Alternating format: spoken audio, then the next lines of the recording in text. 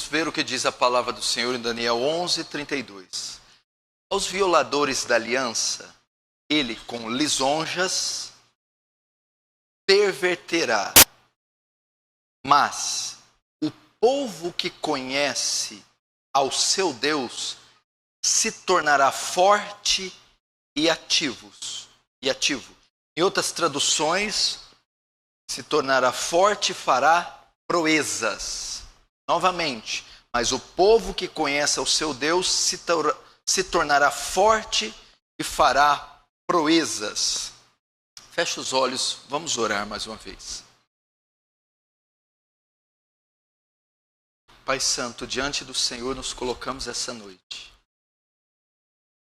com uma urgente e desesperada necessidade de graça, de demonstração de poder, de temor e tremor diante do Santo, justo, do Príncipe da vida, daquele que era, que é e há de vir, do Deus Trino, Deus cujo poder e glória são tão elevados, não são capazes de serem compreendidos por nós. Ah, Senhor, dá-nos a alegria da Tua salvação, prazer de estar em Teus átrios e de cultuar um Deus assombroso como o Senhor. Quantos vieram essa noite para cá, nutrindo alguma expectativa? Senhor, ainda que eles não tenham nutrido, surpreende-os. Sua graça, sua benevolência. Que o seu temor se apodere deste local, Senhor. Faz teu reino avançar. Receba a glória para si. E nos conforma a imagem do seu Filho. Em nome de Jesus. Amém.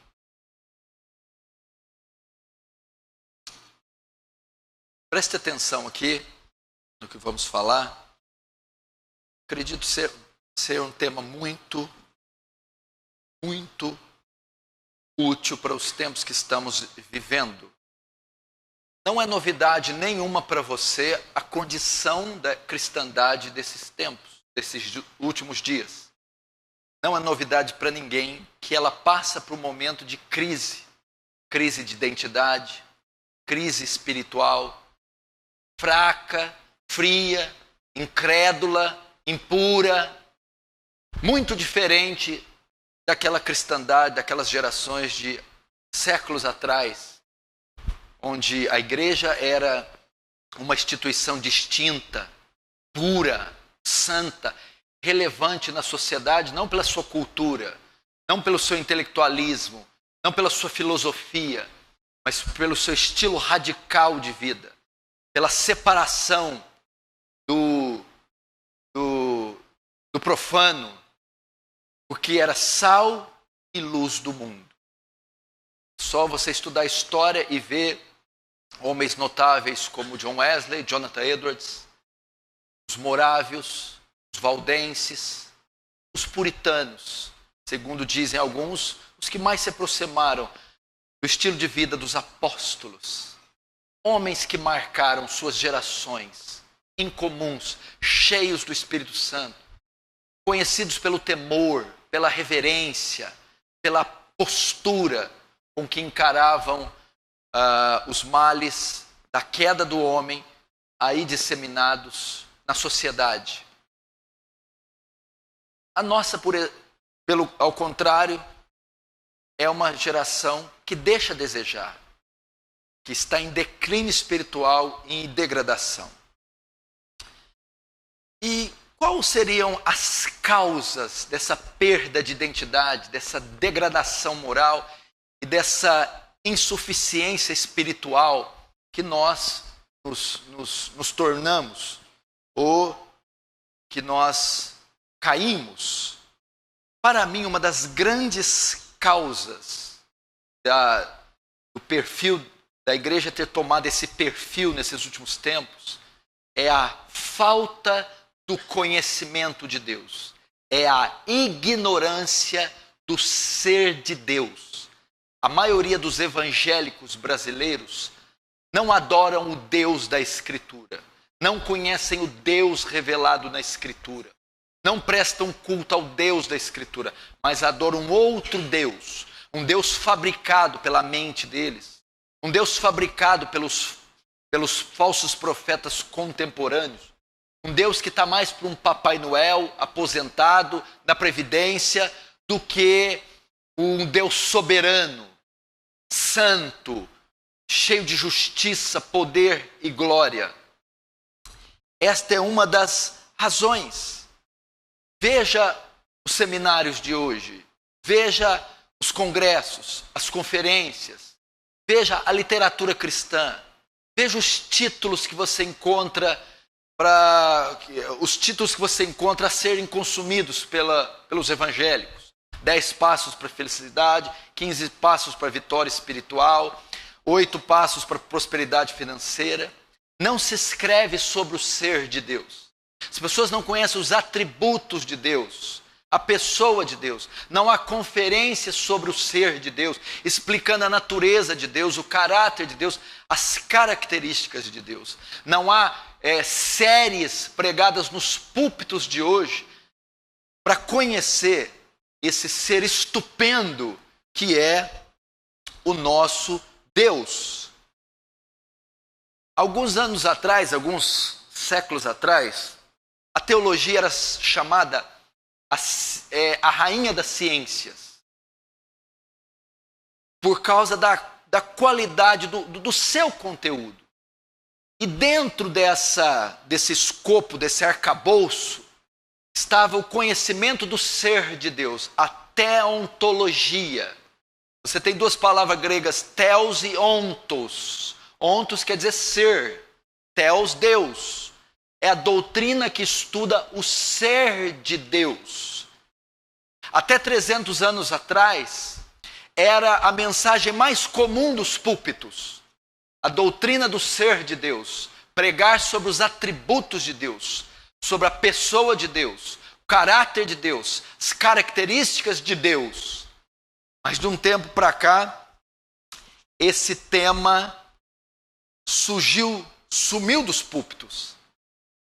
Depois do advento do iluminismo, do pós-modernismo, Deus foi tirado do centro e foi substituído pelo homem. O homem é o centro do mundo, o homem é o centro da sociedade, e o homem também tem sido o centro do culto, o centro da pregação, o centro da fé. Então, a pregação dos atributos de Deus deixou de ser popular, deixou de ser pregada, deixou de ser ensinada. A igreja, então, tornou-se antropocêntrica em muitos aspectos. Que é ser antropocêntrica, é colocar o homem no centro, é convergir a sua doutrina, o seu culto para agradar o homem.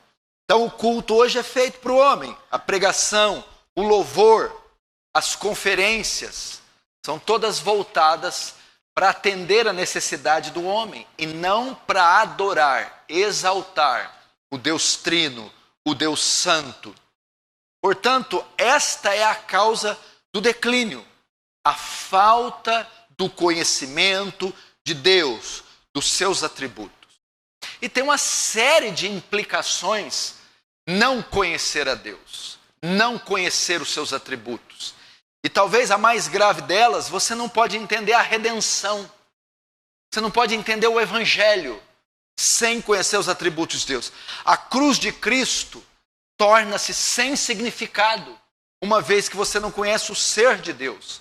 Você não consegue entender a pecaminosidade do homem.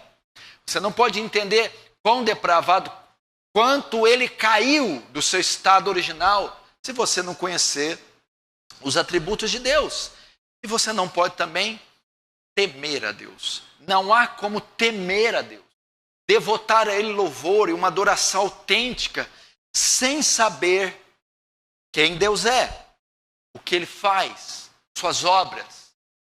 Então eu acredito ser essa a grande causa do declínio, da corrupção da cristandade atual, da igreja moderna, dos crentes contemporâneos.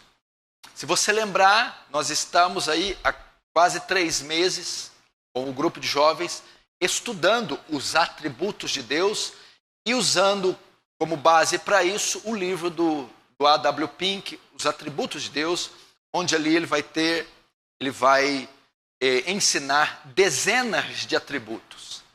E esta era a proposta da igreja, da liderança, investir nas bases, os jovens, ensinando-os desde a sua juventude sobre quem é Deus, o que Ele faz, as tuas obras. E para se cumprir exatamente o texto base da minha pregação, o texto de Daniel, o povo que conhece a Deus será forte e realizará proezas.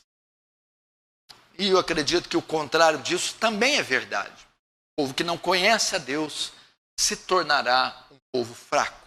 Então eu quero convidar a você a explorar esse universo maravilhoso, a explorar essa doutrina maravilhosa, o conhecimento do ser de Deus, da pessoa de Deus. Quantas vezes você já leu a Bíblia de Gênesis, Apocalipse, de capa a capa, só procurando saber quem Deus é, só rastreando Ele por cada página da Escritura, vendo as suas digitais, o seu caráter, o que Ele gosta, o que Ele odeia, sua natureza, sua vontade, sua santa lei, seus planos, seus decretos e seus atributos. O que são atributos?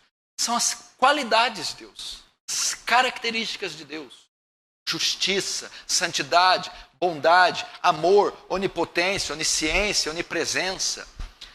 Conhecendo Deus, seremos um povo santo, temente.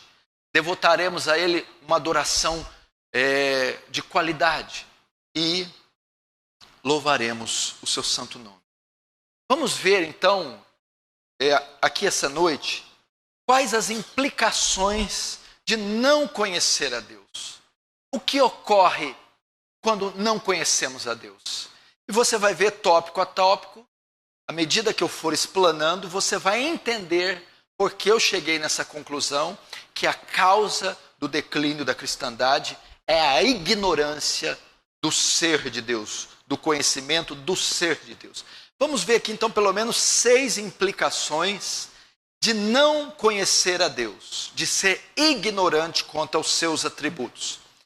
Primeira consequência de não se conhecer a Deus, a igreja se perde. Essa é uma das razões porque a igreja desse tempo tem estado perdida. Você vê os crentes hoje perdidos. Você vê a igreja hoje perdida. Você vê os crentes hoje sem identidade.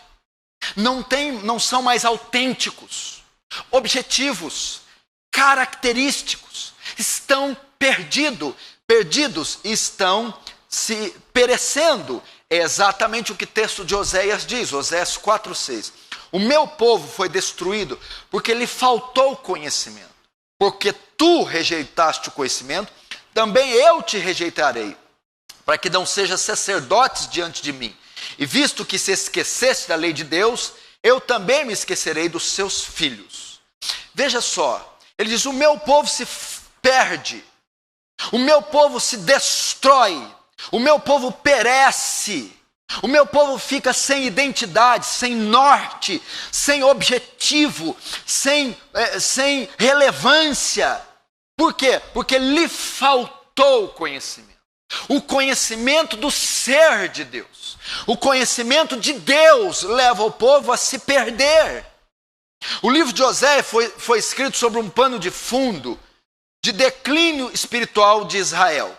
Fazia 40 anos que Israel estava se desmoronando espiritualmente. Estava se corrompendo. Quando esse texto aqui foi escrito, cada vez mais voltando-se à idolatria. Você encontra em Oséias a figura de Oséias casando-se, tomando uma prostituta chamada Gomer. A prostituta Gomer era um tipo do povo de Deus. E Oséias era um tipo de Deus. Gomer deixa Oséias para buscar outros homens. Israel deixa Deus para buscar outros ídolos. Gomer comete prostituição física. Israel comete prostituição espiritual. Uma das razões para esse declínio foi a idolatria. Por isso Oséias vai dizer, Deus a Oséias, o meu povo se perdeu, porque tirou os olhos de mim, perdeu a noção de quem eu sou. Oséias contém 150 declarações contra os pecados de Israel. Pecados estes causados pela falta do conhecimento de Deus. Da mesma sorte, hoje a igreja perece, se perde por falta de conhecimento de Deus e os seus atributos. Nós estamos fazendo como Gomer, deixando Deus, o Deus que nós não conhecemos, indo atrás de outros deuses, os deuses fabricados pela mentalidade humana ou pelos falsos profetas. Jeremias 2,13 diz, o estado da igreja que não conhece a Deus. O meu povo fez duas maldades. A mim me deixou o manancial de águas vivas. E cavaram cisternas rotas que não retêm água. A cisterna rota era uma cisterna cheia de fendas. E ela não podia comportar a água, porque ela saía pelas fendas.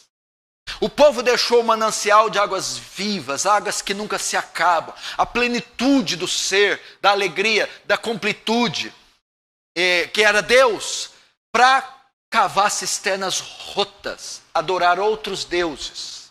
E por que nós deixamos o manancial de águas vivas? E por que estamos adorando, bebendo de fontes rotas, de cisternas rotas? Dessa teologia barata, dessa idolatria mundana nossa, dessa perversão moral nossa, desse hedonismo cristão, a busca pela felicidade, usando Deus como pretexto, porque nós não temos tido conhecimento do Deus verdadeiro. Então, as pessoas começam a cavar cisternas rotas, começam a buscar soluções nas ciências humanas, nas ciências sociais, a psicologia, nos modismos evangélicos, nas ondas avivalistas e falsas doutrinas. Assim como Israel se perdeu no período de Oséias, a igreja também tem se perdido, ou a cristandade moderna tem se perdido. A razão para a perdição de Israel foi abandonar o conhecimento do ser de Deus. Foi desfigurar na sua mente o conhecimento de Deus, cometendo então idolatria. E a idolatria traz como consequência a perdição. Pode estar acontecendo mesmo com você. Vocês que vão me assistir pela internet. Conhecimento superficial de Deus, da grandeza de Deus, da essência de Deus, do ser de Deus. Então nós vamos nos tornando sem identidade, sem alvos, sem temor, sem relevância, caindo na degradação, na destruição. Segunda consequência da ignorância do ser de Deus, a corrupção, degradação moral, corrupção moral. Provérbios 29:18 diz assim, não havendo profecia, o povo se corrompe. Porém, que guarda a lei, esse é bem-aventurado. A palavra para profecia, que não havendo profecia, não havendo acesso à profecia, não ouvindo a profecia, não tendo a profecia, a consequência, o povo se corrompe. A palavra hebraica é kazon, que quer dizer visão. Visão. Não havendo visão, revelação, o povo se corrompe, ok? Muito se fala de visão hoje. A nossa igreja tem uma visão. Tive uma visão. Não é esse tipo de coisa que está falando aqui. Não havendo visão de Deus, não havendo revelação do ser de Deus, o povo se perde. Não havendo revelação de quem Deus é, do seu ser, visão do ser de Deus, o povo se corrompe. Você tem notado uma corrupção no meio evangélico? Corrupção na família cristã, corrupção nos casamentos, corrupção nos ministérios, corrupção no pastorado, corrupção na juventude. Você não vê isso? Veja os canais de TV, os escândalos envolvendo líderes religiosos, corrupção.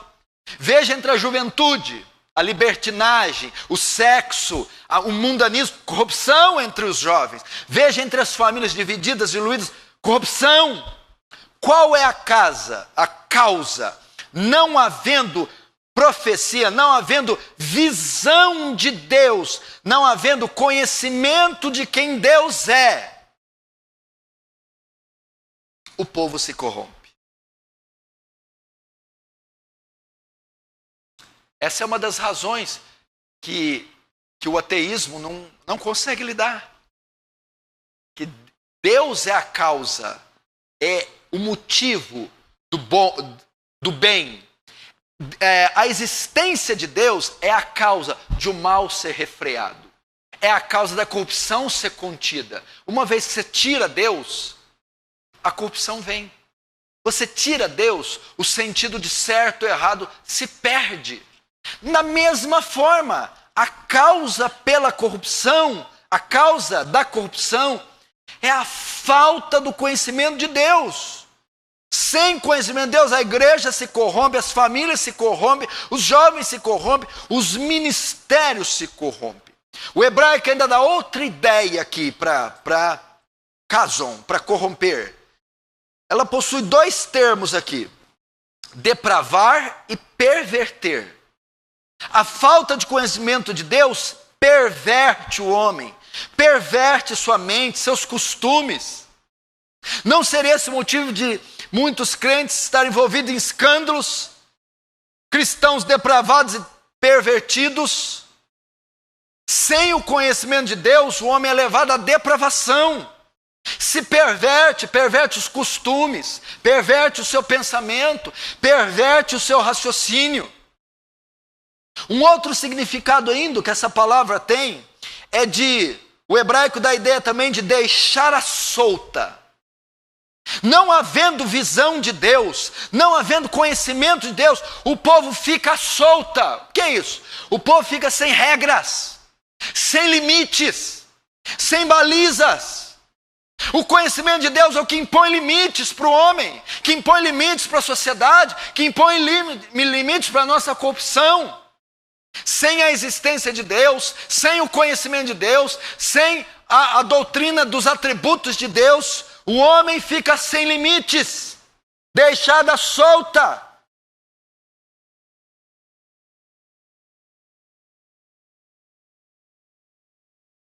Porque irmão, você acha que é um pecar desenfreado no meio do povo de Deus? Porque é um pecado desenfreado entre a juventude. Porque a igreja está cheia de divórcios, segundo casamentos, consumo de álcool, imoralidades. Falta do conhecimento do ser de Deus. Falta de saber quem Deus é. Salmo 50, em uma das revelações que Deus vai fazer, ele vai dizer assim, você tem feito essas coisas e eu me calei. Pensava que eu era como tu. Deus está repreendendo Israel. Vocês fizeram estas coisas, eu me calei. Eles deitaram e rolaram no pecado. Aí ele termina dizendo, pensavas que eu era como tu? Deus está dizendo, Israel, vocês acham que eu sou como vocês?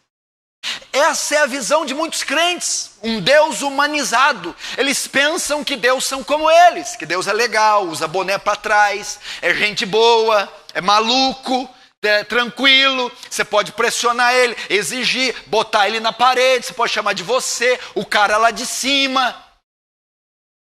Por essa razão que o pecado está desenfreado, não há temor, não há reverência. E Deus vai dizer ainda, quase 3.000 anos depois, pensavam que eu era como vocês? Deus não é como a gente. Deus não é homem. Deus Deus é espírito. Deus está numa categoria elevadíssima. Aliás, na categoria que ele está, ele é único. Só tem ele na categoria dele.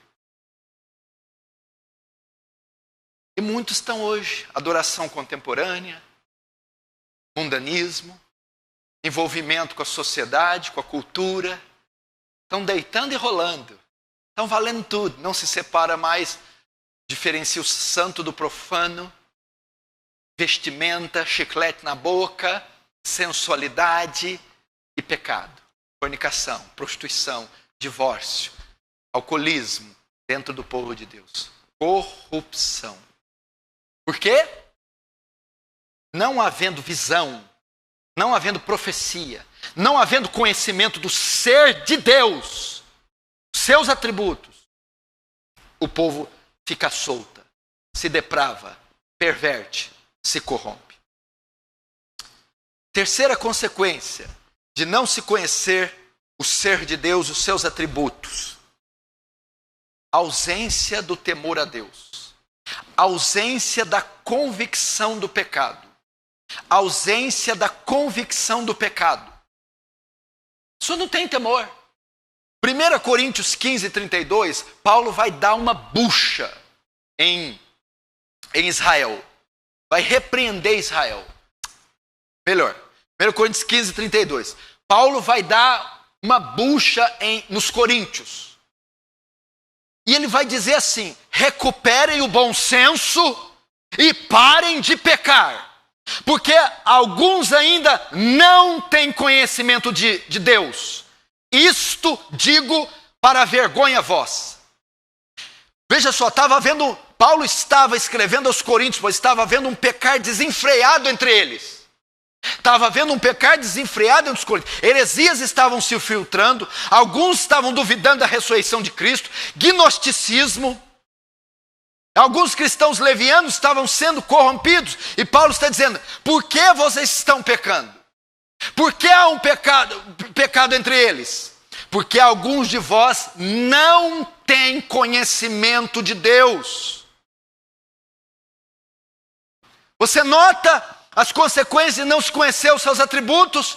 Porque as pessoas não têm temor de pecar. Porque há um pecar desenfreado no meio da igreja. Porque há um pecar desenfreado entre os líderes, os púlpitos. Porque há uma sujeira, imoralidade. Porque há um pecar desenfreado? Porque não há temor de Deus. E porque não há temor de Deus? Falta de conhecimento do conhecimento de Deus. E Paulo vai dizer: parem de pecar, recuperem o bom senso. Estava um pecar desenfreado. Por quê, Paulo? Porque alguns ainda não têm conhecimento de Deus. Uma das coisas que nos priva de pecar é o temor. Veja só a convicção do pecado. Essa palavra você já ouviu falar dela? O que significa convicção do pecado? Você sabe o que quer dizer convicção do pecado? Significa que o seu pecado, ele se torna relevante.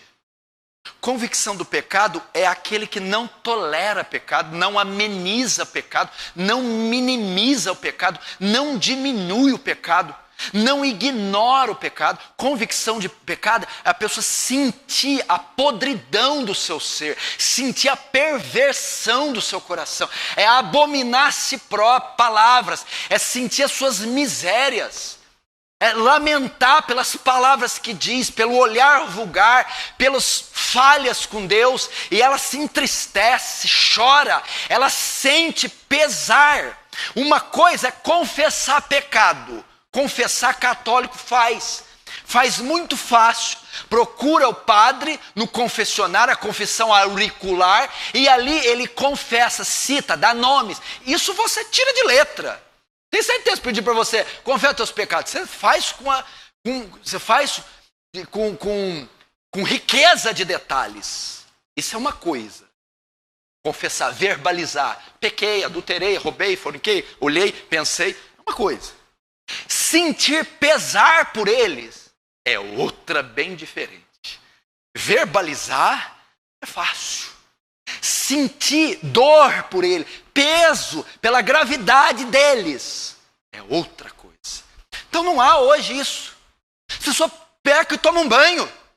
Só peca e vai assistir filme. As pessoas pecam e vai para a pizzaria. Eu já li aqui para vocês história de puritanos que ficavam sem tomar ceia e iam na frente da igreja e confessar o pecado. Eu estou de disciplina, igreja, e não vou tomar ceia. Qual que é o seu pecado? Faz 2 dias que eu não leio a Bíblia. Era o pecado dele. 2 dias que não lê a Bíblia. Não estou falando de ir para a cama com mulher, nem roubar a firma. Mas como é que esses homens podiam ser tão sensíveis ao pecado assim, a ponto de ficar de disciplina só porque não leu Bíblia? Sabe qual é o segredo? O conhecimento de Deus. Eles sabiam que não era pouca coisa ignorar o santo livro, o livro de Deus.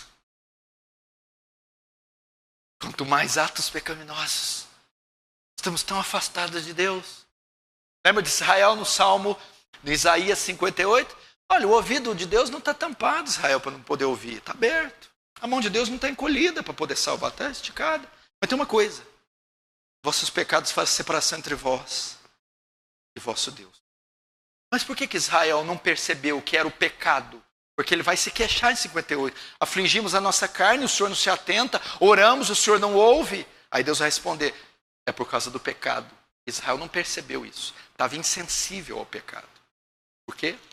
Apartou-se da lei do Senhor, da comunhão com o Senhor, do conhecimento do ser de Deus. Logo se tornou irreverente, mundana, carnal. Está distante de Deus.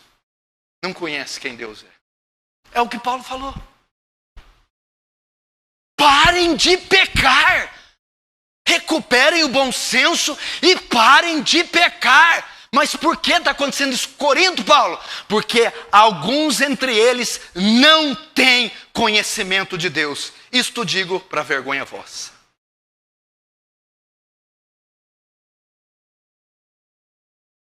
A convicção do pecado vem. Quando que ela vem? Quer ver um homem que sentiu convicção do pecado? Pedro, um dos homens mais truculentos da Bíblia.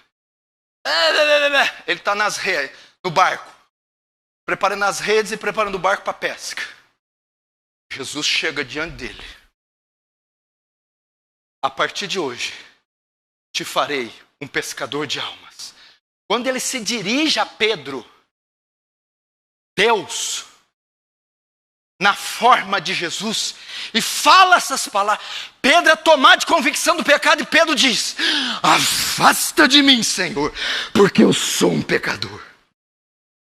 Pedro sentiu convicção do pecado na hora.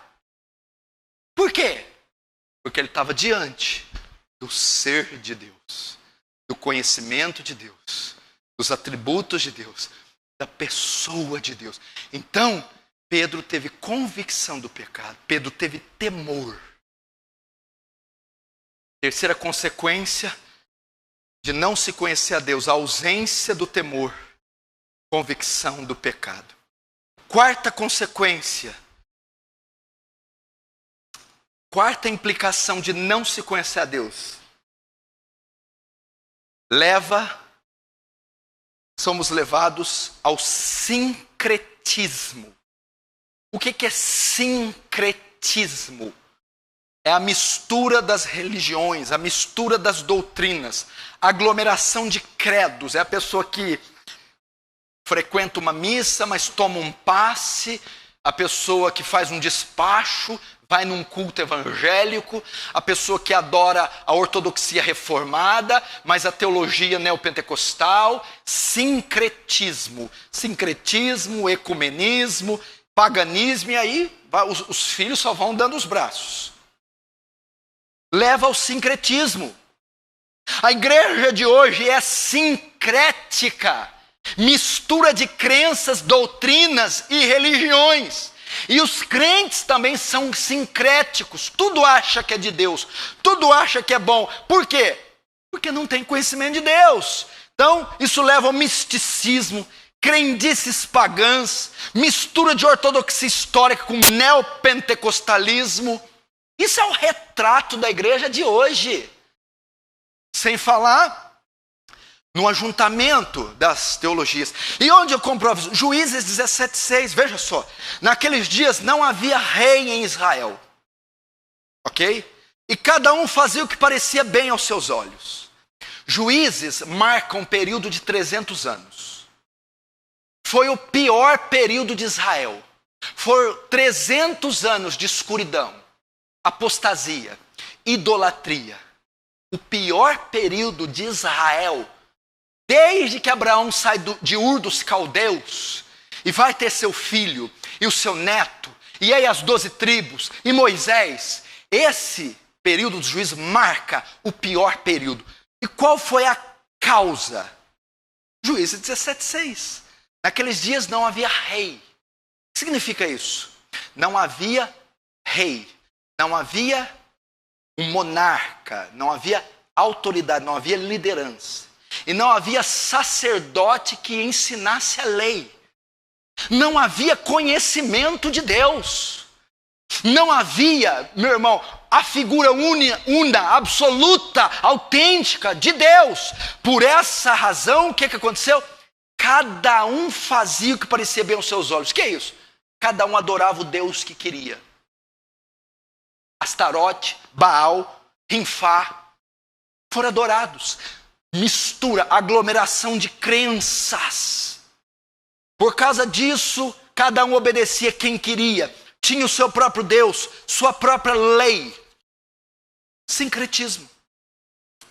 O que significa? O povo de Deus fica sem identidade teológica, identidade doutrinária, identidade histórica. A adoração não converge mais a um único verdadeiro Deus. De 40 anos para cá, o que você vê na igreja brasileira? Atos proféticos, dentes de ouro, batalha espiritual, teologia da prosperidade, teologia da missão integral, ortodoxia misturada com contemporaneidade. Veja, por exemplo, Juízes 2, versos 10 e 12. E foi também congregada toda aquela geração aos seus pais. E outra geração após ela se levantou, falando de Israel. Aquela geração foi sepultada, morreu. Aqui tinha atravessado o Jordão, aqui já é na época de Josué. Mas levantou uma outra geração, ok? Que não conhecia o Senhor, nem tampouco a obra que ele fizera em Israel. Olha só, a consequência. Não conhecia, isso aqui é o período dos juízes. Juízes 2, 10, gente, que eu falei que é o pior. Uma geração, aquela geração de Moisés e de Josué foi morta. Levantou-se outra, nasceu outra. E esta não conhecia a Deus, nem as suas obras. E o que aconteceu? Então fizeram os filhos de Israel o que era mal aos olhos do Senhor. E serviram aos Baalins. O que é Baalins? É plural de Baal. São vários deuses derivados de Baal. E deixaram o Senhor Deus seus pais, que os tirara do Egito. E foram-se após outros deuses, dentre os deuses dos povos, que havia ao redor deles. E adoraram a eles, e provocaram o Senhor a ira. Sincretismo. Mas qual foi a causa do sincretismo, pastor? Não conheciam o Senhor, nem a obra que ele fizera. Quando se não conhece a Deus, tudo é de Deus, tudo é Deus, tudo pode.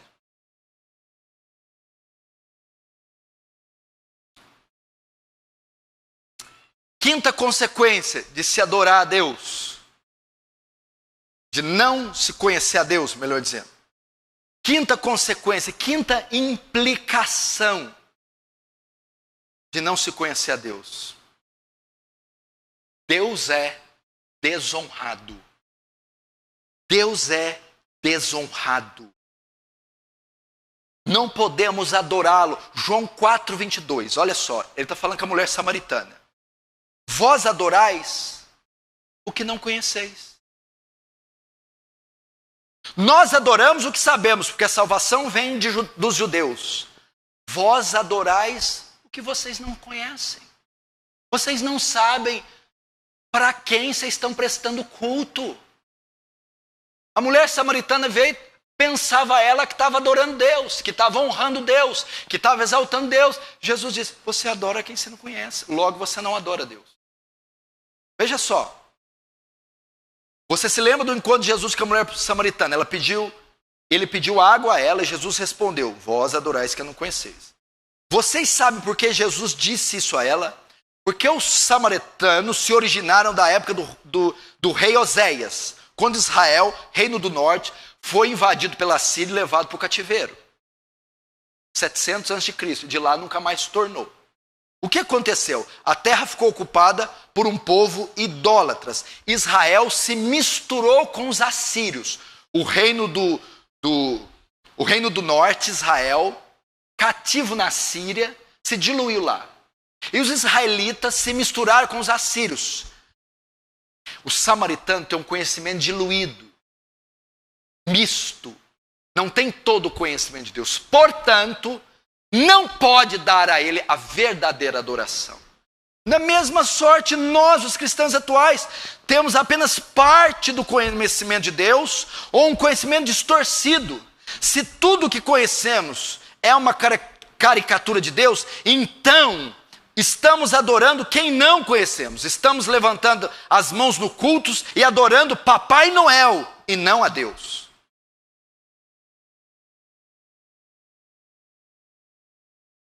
Nós estamos adorando quem não conhecemos. O Deus contemporâneo não é bíblico. Não existe adoração a Deus sem conhecimento de Deus.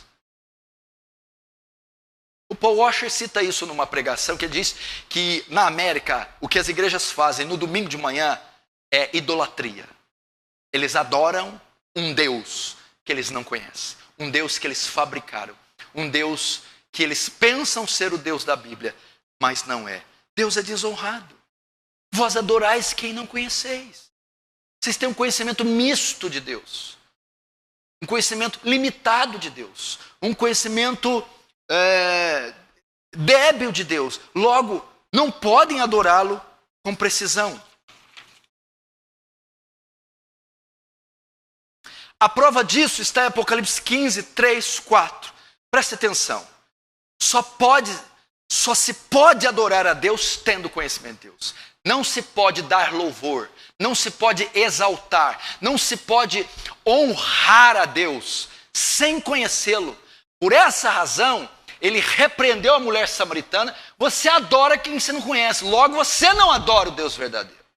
Por quê? Porque o seu conhecimento é misto e é um conhecimento limitado. Agora, quando se conhece a Deus na íntegra, se pode adorar. A prova está em Apocalipse. E cantava o cântico de Moisés, servo de Deus. E o cântico do Cordeiro, dizendo, grandes e maravilhosas são as tuas obras. Senhor Deus Todo-Poderoso, justos e verdadeiros são os teus caminhos. Ó Rei das nações, quem não te temerá, ó Senhor, e não glorificará o teu nome? Porque tu és santo. Por isso todas as nações virão e se prostrarão diante de ti, porque os teus juízos são manifestos. Você notou aqui? Veja só, quando Deus é glorificado? Quando Ele é temido, quando conhecemos seus atributos, quando conheço quem Ele é e quem Deus faz. Veja só, grandes são as suas obras, Senhor Todo-Poderoso, justos e verdadeiros os teus caminhos. Quem não te temerá? Como é que você teme a Deus? Quem não te temerá? Pois só tu és santo. Quando eu conheço a santidade de Deus, um atributo, quem não temerá? Eu temerei. Quem não te temerá? Pois só tu és santo. É impossível alguém que conheça a Deus, e esse atributo em particular, a santidade, que não tema. Que mais? Agora, como eu adoro? Ó Senhor, quem não glorificar o teu nome? Pois só tu és santo. Todas as nações virão e se prostrarão diante de ti. Pois os teus atos de justiça se tornaram manifestos. Quando é que as nações vêm e se prostram? Todas as nações virão e adorarão. Como é que é? Diante de ti. Veja só, todas as nações virão e adorarão diante de ti. Quando elas virão e adorarão? Pois os seus atos de justiça se fizeram manifestos, conhecidos. Agora as nações vêm, as nações se dobram, as nações se prostram, porque os atos de justiça, os atributos de Deus, as obras de Deus se fizeram manifestas, conhecidas, pregadas, ensinadas. Então as nações adoram.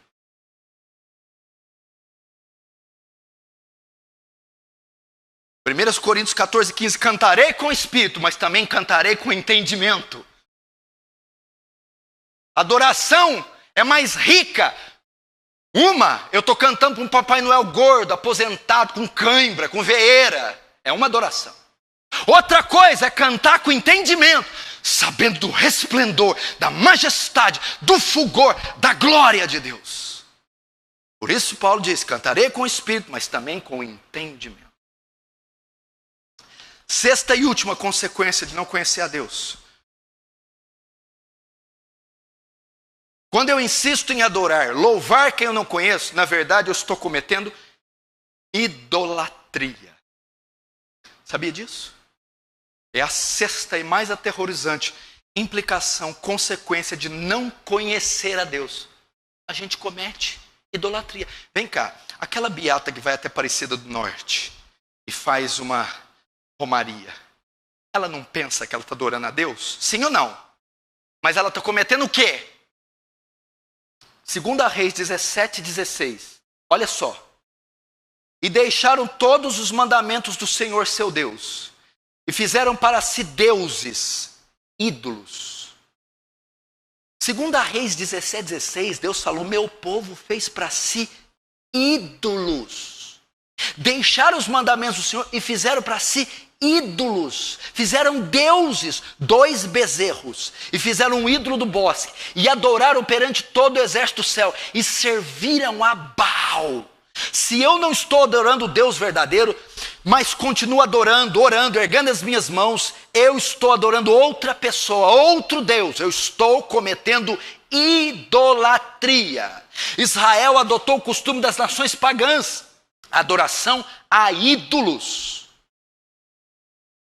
Israel estava adorando o que ele mesmo fez. A igreja moderna está adorando o Deus que ela mesma fez. Um Deus imediatista, um Deus que só dá, que só ama, um Deus inócuo, que não infunde terror, um Deus trouxa. É o Deus que eles fizeram. Não é o grande Yahvé das Escrituras.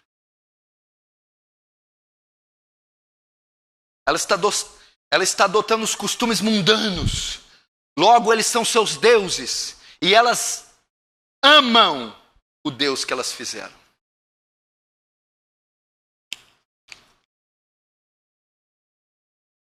Idolatria.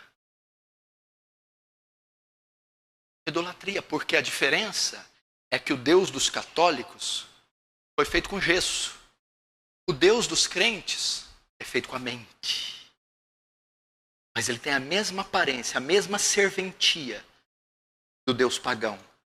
Faz milagre, que abençoa promessa, votos feitos. Deus que elas criaram. Não é um Deus que se ira todos os dias. Não é um Deus que afia sua espada e já armou o seu arco e está pronto a atirar. Não é um Deus que bufa pelas narinas contra o pecado. Não é um Deus soberano. Sabe o que é a soberania de Deus? Sabe o que é Deus ser soberano? Sabe o que é isso? Não existe uma partícula de poeira que está vagando em todo o universo por acaso. Não existe uma partícula de poeira que Deus não interfira, que Deus não governe, não controle. Nenhuma. Deus é soberano. Sabe o que é Deus ser santo? Santidade. 3 vezes santo. Significa que bastou um pecado, não foi 10, 5, 20, para ele varrer Adão e Eva do Éden. Tu é tão puro de olhos que não pode contemplar o mal. Esse é o Deus da Bíblia.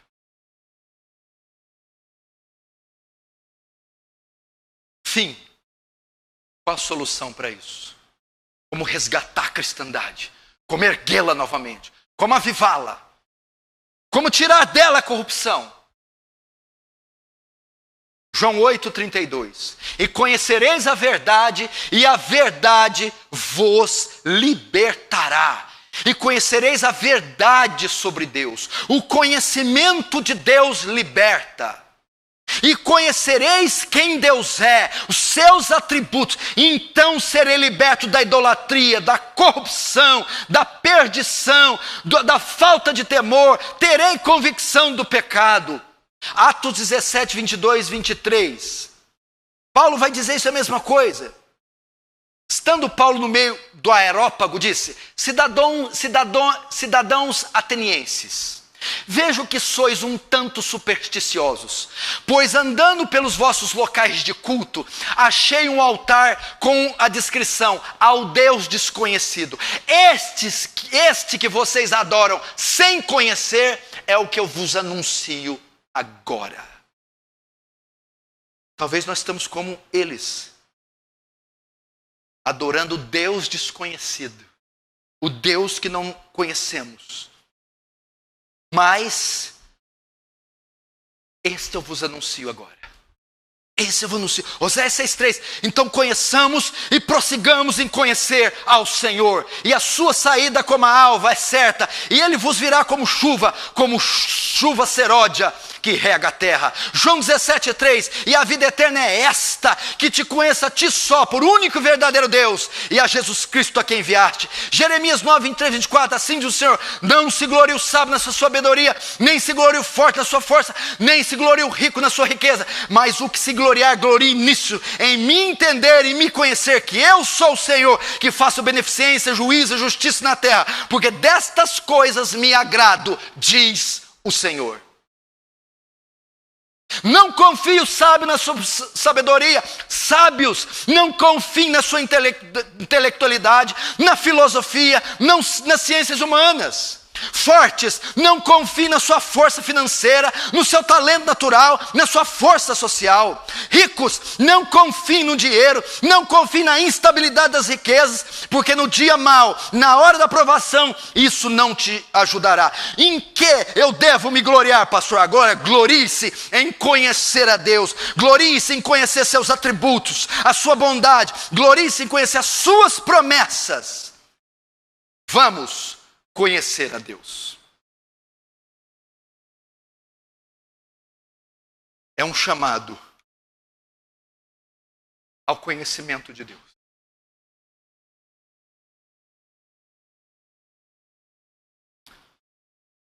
Não se glorie o sábio na sua sabedoria, nem glorie-se o forte na sua força, nem o rico na sua riqueza. Aquele que se gloriar, glorie nisso, em conhecer a Deus. Conheçamos e prossigamos. Pastor, onde eu encontro os atributos de Deus? O caráter de Deus, as obras de Deus. Como eu conheço mais a Deus? Toda a Bíblia, toda de Gênesis a Apocalipse, está cheia do conhecimento de Deus. Mas 60%, 70% do conhecimento do ser de Deus, dos atributos de Deus, se encontra no livro de Salmos. Você vai sempre ler quem Deus é e o que Deus faz nos Salmos. Quem Deus é e o que Deus faz. Estude os Salmos. Mas não para encontrar uma palavrinha de conforto para dormir. Persiga a Deus nos Salmos. Persiga a Deus e os seus atributos. Em toda a Bíblia. Para conhecer essa pessoa maravilhosa, gloriosa, esplêndida, que é o nosso Deus. Conheçamos e prossigamos em conhecê-lo. Vamos fechar os olhos, vamos orar.